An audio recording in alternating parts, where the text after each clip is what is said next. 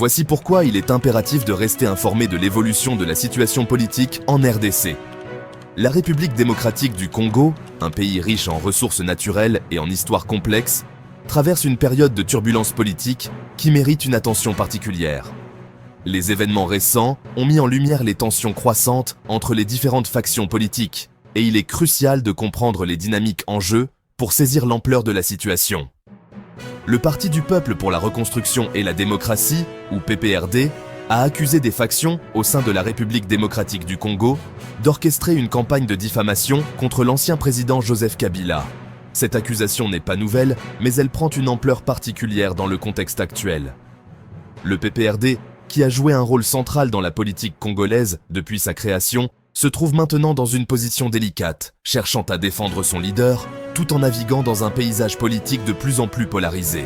Selon le PPRD, ces allégations seraient motivées par des considérations politiques et viseraient à discréditer M. Kabila, entachant son héritage et son influence. Les partisans de Kabila soutiennent que ces attaques sont une tentative délibérée de réécrire l'histoire et de minimiser les réalisations de son administration. Ils affirment que malgré les défis, Kabila a contribué à stabiliser le pays et à promouvoir le développement économique. Cependant, ses détracteurs voient les choses différemment, accusant son régime de corruption et de violation des droits de l'homme. Le parti affirme qu'il s'agit d'une tentative plus large d'affaiblir sa position politique, ce qui représente une menace pour la démocratie et la stabilité du pays. Les manifestations et les contre-manifestations se multiplient, chaque camp cherchant à mobiliser ses partisans et à gagner le soutien de l'opinion publique. Cette situation crée un climat de tension et d'incertitude, où chaque action est scrutée et chaque déclaration peut avoir des répercussions majeures. L'administration actuelle, sous la présidence de Félix Tshisekedi, se trouve au centre de ces tensions croissantes.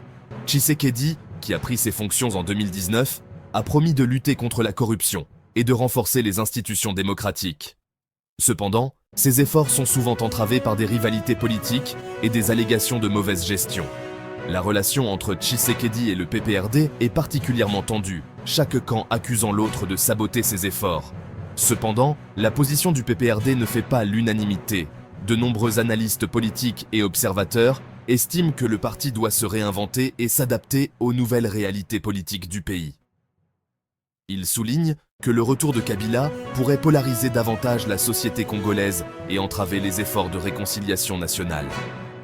D'autres, cependant, voient en Kabila un leader expérimenté capable de guider le pays à travers cette période difficile. Justin Bitakwira, ancien ministre du Développement rural, a critiqué les appels prématurés au retour de M. Kabila sur la scène politique. Bitakwira, qui a lui-même été une figure influente dans la politique congolaise, estime que le pays a besoin de stabilité et de continuité. Il encourage le soutien au président Tshisekedi, soulignant l'importance de laisser le processus démocratique suivre son cours. Selon lui, un retour précipité de Kabila pourrait déstabiliser davantage le pays et compromettre les progrès réalisés jusqu'à présent. Il encourage le soutien au président Tshisekedi, soulignant l'importance de laisser le processus démocratique suivre son cours. Les partisans de Tshisekedi affirment que son administration a fait des progrès significatifs dans la lutte contre la corruption et la promotion des droits de l'homme. Ils soutiennent que donner à Tshisekedi le temps et les ressources nécessaires pour mettre en œuvre ces réformes est crucial pour l'avenir du pays. La communauté internationale suit de près ces développements, exhortant toutes les parties à engager le dialogue et à faire preuve de retenue. Les Nations Unies et d'autres organisations internationales ont exprimé leur inquiétude face à l'escalade des tensions et ont appelé à des solutions pacifiques. Ils soulignent que la stabilité de la RDC est essentielle non seulement pour le pays lui-même, mais aussi pour la région dans son ensemble. La suspension du parti de M. Kabila n'a fait qu'intensifier le climat politique, suscitant des réactions mitigées tant au niveau national qu'international. Certains voient cette suspension comme une mesure nécessaire pour garantir la transparence et la responsabilité, tandis que d'autres la considèrent comme une attaque politique visant à affaiblir l'opposition. Cette situation complexe nécessite une analyse approfondie et une compréhension nuancée des enjeux en jeu. Alors que la situation demeure incertaine, il est crucial de rester informé et de prendre en compte tous les points de vue. Les médias jouent un rôle essentiel en fournissant des informations précises et en permettant aux citoyens de se forger leur propre opinion. Il est important de suivre les développements de près et de rester vigilant face aux tentatives de manipulation de l'information.